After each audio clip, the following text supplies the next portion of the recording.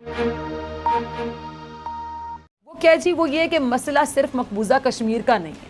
मसला, अब ज़रा गौर से सुनिएगा, मसला सिर्फ मकबूजा कश्मीर का नहीं है, मसला अब मुसलमानों का है। क्योंकि भारत के अपने अंदर रहने वाले जो 20 करोड़ से ज़ायद मुसलमान हैं, उन्हें अपनी ज़िंदगी भी ख़तरे में दिखाई देती है।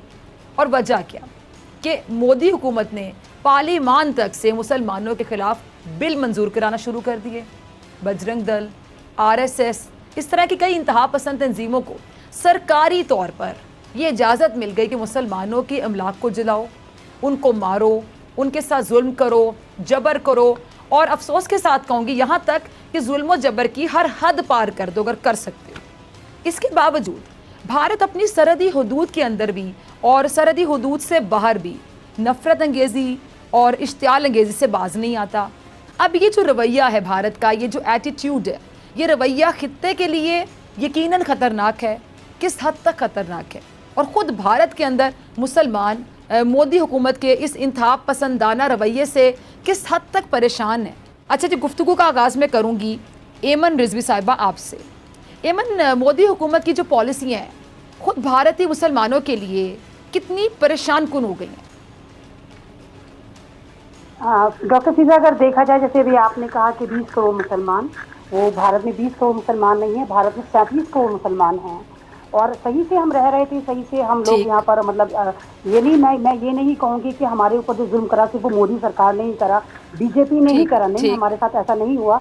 हमारे ऊपर जो भी गवर्नमेंट आई उसने हमारे ऊपर जुल्म करा, लेकिन इतना जुल्म नहीं करा जितना बीजेपी ने करा। हम भारतीय थे, हमारे पर बहुत जुल्म होता था, लेकिन हम भारतीय थे।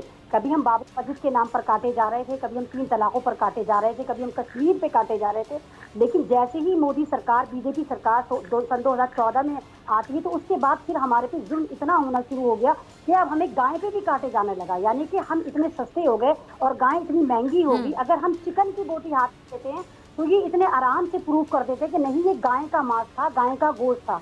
और एक नहीं, और जय श्री राम का नारा लगा के 50-50 लोगों का झुंड आता है, RSS का झुंड आता है और एक मुसलमान को मार देता है।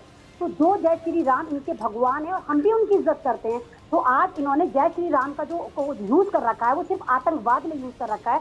यानी अगर आपके कान में जय श्री राम की आवाज आती है तो आप डर जाते हैं कि अल्लाह खैर, RSS वाले आ गए हमें मारने, जय श्री राम का नारा आ गया।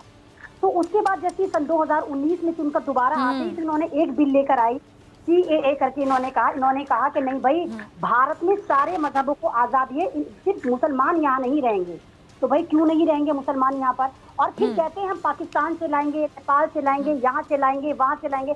आज क्यों लाएंगे? जो हम लोगे, आप हमें तो कह दीजिए हम यहाँ के हैं। और जब हम यहाँ के नहीं हैं डॉक्टर फिजा, तो फिर आपने हमसे वोट क्यों लिया? हमने उसी वोट से आपको चुना। अब आप हमारे साथ जुल्म देखिए। अगर हम टीवी खरीदते हैं तो आधार कार्ड, हम वॉशिंग मशीन खरीदते हैं तो आधार कार्ड, कोई भी चीज हम खरीदते हैं तो आधार कार्ड, और उसी आधार कार्ड से हम वोट भी करते हैं। लेकिन बाद में ये कह रहे हैं कि ये आधार कार्ड जो है वो नागरिकता का प्रमाण नहीं है। यानी ये वाली बात साबित नहीं करता कि हम सिटीजन ऑफ इंडिया हैं। ना तो आधार कार्ड मानना है, ना आई कार्ड मानना है, ना हमारा ड्राइविंग लाइसेंस मानना है। क्या कह रहे हैं कि सन 2070 से पहले के जो हमारे पास कागजात होंगे वो भारतीय कहलाएंगे। अब आप देखिए कि 30 करोड़ जो भारतीय हैं, मैं मुसलमानों की बात नहीं कर रही, और जो कि बहुत बड़ा जुल्म है मुसलमानों पर वहां पर। एमन, हाँ, बहुत ज्यादा जुल्म है। तो 30 करोड़ भारतीयों के पास कागजात ही नहीं है।